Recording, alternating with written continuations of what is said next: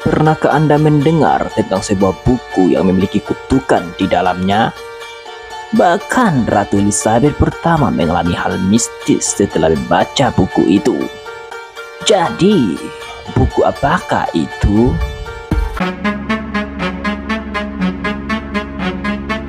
Selamat datang kembali di channel Misteri Dunia, channel yang membahas berbagai misteri di seluruh belahan dunia. Baiklah, tanpa berbasa-basi dan dalam tempo yang sesingkat-singkatnya, hari ini kita akan membahas tentang sebuah buku yang memiliki kutukan di dalamnya, yaitu buku The Book of Soiga, atau dalam bahasa Indonesianya disebut sebagai bukunya si Soiga. Mantap! The Book of Soiga, juga dikenal sebagai Aldaraya, adalah manuskrip misterius yang berasal dari abad ke-16. Buku ini berisi tulisan tentang demonologi, sihir, dan simbol-simbol aneh yang diyakini sebagai kode rahasia. Buku ini pertama kali diketahui oleh John Dee, yang merupakan seorang matematikawan, astronom, dan okultis yang terkenal dari Inggris. Dia juga merupakan seorang penasehat Ratu Elizabeth pertama. John Dee sangat tertarik dengan ilmu gaib dan alkimia. Ia mengumpulkan banyak buku-buku langka tentang okultisme, termasuk di dalamnya The Book of Soiga. Diyakini bahwa ia mendapatkan salinan buku ini dari salah satu sumbernya di Eropa. Ketika John Dee membaca isi dari The Book of Soiga, ia menyadari bahwa ada bagian-bagian yang sulit untuk dipahami, terutama tabel-tabel numerik misterius yang tampaknya menyimpan pesan tersembunyi. Karena penasaran, ia mencoba mencari cara untuk menafsirkannya.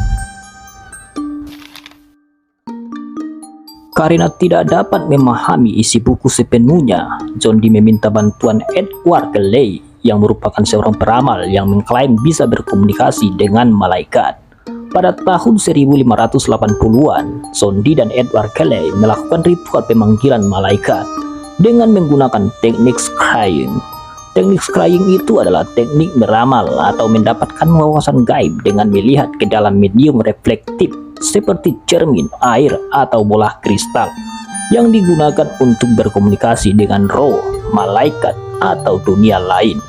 Ketika melakukan ritual, tiba-tiba di dalam cermin terlihat seorang malaikat yang mengklaim dirinya sebagai malaikat Uriel. Malaikat itu bertanya, "Kenapa kalian memanggilku?" Walaupun John Dee dan Edward Kelly sangat ketakutan, tetapi mereka tetap bertanya mengenai isi dari buku The Book of Soiga yang sulit untuk mereka pahami. Malaikat itu pun menjawab bahwa buku itu hanya bisa dibaca oleh orang yang memiliki hati yang bijaksana dan sudah mendapatkan izin dari para malaikat. Mendengar jawaban malaikat itu, John Dee dan Edward Kelly meminta supaya malaikat itu mengartikan isi buku yang sulit mereka pahami. Tetapi malaikat itu mengatakan ia tidak memiliki hak untuk mengartikan isi buku itu. Yang memiliki hak terhadap buku itu adalah Mikail. Malaikat itu juga memperingati supaya mereka tidak mencari tahu arti di balik buku itu. Lalu, siapa itu Mikail? Menurut kepercayaan agama Islam, Kristen, dan Yahudi, Mikail adalah penghulunya para malaikat, atau bisa disebut sebagai malaikat yang memiliki jabatan tinggi di dalam kerajaan Firdaus, atau dalam bahasa Inggrisnya disebut sebagai Paradise of GT. Oke, next. Namun setelah berkomunikasi dengan malaikat itu, John Dee dan Edward Kelly tidak mendengarkan peringatan dari malaikat itu. Mereka tetap kekeh mencari arti dari isi buku yang sulit mereka pahami. Akhirnya, sosok bayangan hitam muncul di hadapan mereka, dan sosok bayangan hitam itu mengutuk mereka, sehingga membuat nasib mereka menjadi sangat tragis. Mereka kehilangan kekayaan, dikhianati, dan hidup dalam kemiskinan, dan akhirnya meninggal dalam keadaan yang menyedihkan. Selain John Dee dan Edward Kelly, ada juga beberapa orang yang membaca buku ini dan mengalami hal aneh di dalam hidupnya, seperti Ratu Elizabeth pertama. Ketika John Dee masih hidup, ia pernah menunjukkan buku The Book of Soika di hadapan Ratu Elizabeth.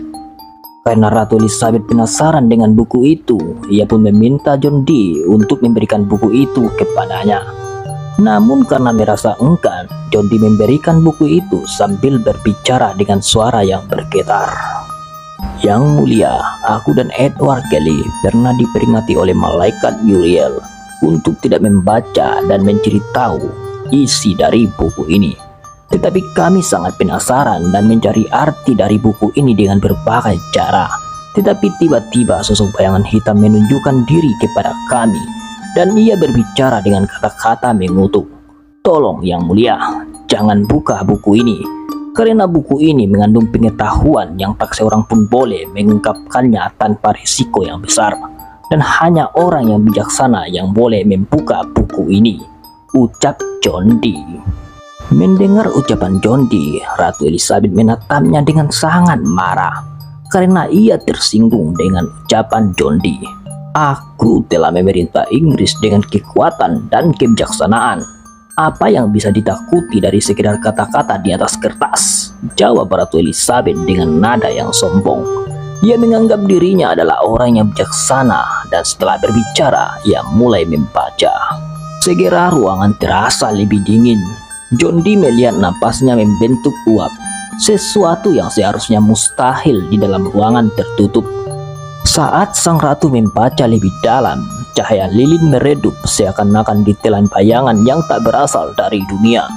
Tiba-tiba sebuah suara berbisik di telinga Elizabeth terdengar. Kau telah membangunkan kami. Ratu Elizabeth terdiam. Pandangannya berubah kosong dan tangannya yang gemetar mencengkram buku itu erat-erat. Sementara John Dee berusaha menariknya, tetapi jari-jari sang ratu mencengkram buku itu seperti akar yang menancap ke tanah. Mata Ratu Elizabeth melebar, bayangan mulai merayap dari dinding membentuk sosok yang seolah-olah menatap dengan mata kosong. Mereka berbisik dalam bahasa yang tidak dikenal, tetapi maknanya terukir langsung di pikiran Ratu Elizabeth. Kau telah membaca yang terlarang, sekarang kami menuntut jiwa, ucap bayangan itu. Ratu Elizabeth terjatuh dari kursinya, tangannya mencakar lehernya sendiri seolah-olah ada sesuatu yang mencekiknya. John Dee segera merapal doa dan menarik buku itu darinya, membantingnya ke lantai, dan seketika bayangan-bayangan itu lenyap. Ratu Elizabeth menjadi sangat pucat dan ia menatap John Dee dengan tatapan yang belum pernah dilihat sebelumnya.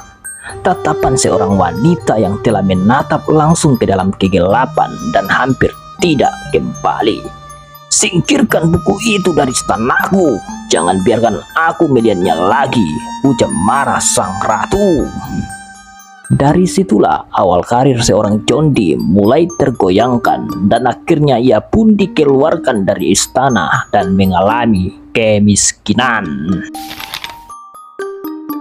Kemudian Elias Ashmole, yang merupakan seorang sejarawan dan alkemis Inggris pada abad ke-17, yang sangat tertarik dengan manuskrip buku itu. Setelah mempelajari buku tersebut, Ashmole tiba-tiba jatuh sakit tanpa sebab yang jelas, dan ia hampir kehilangan nyawanya. Ia mengatakan bahwa ada makhluk tak kasat mata seperti bayangan mulai mengganggunya setiap malam. Setelah meninggalkan penelitian tentang buku The Book of Soika, kesehatannya membaik secara ajaib. Setelah itu, buku itu menghilang selama berabad-abad hingga akhirnya ditemukan kembali di British Library pada tahun 1994. Namun meskipun telah dipelajari oleh banyak akademisi, bagian terakhir dari buku ini masih belum bisa diterjemahkan sepenuhnya.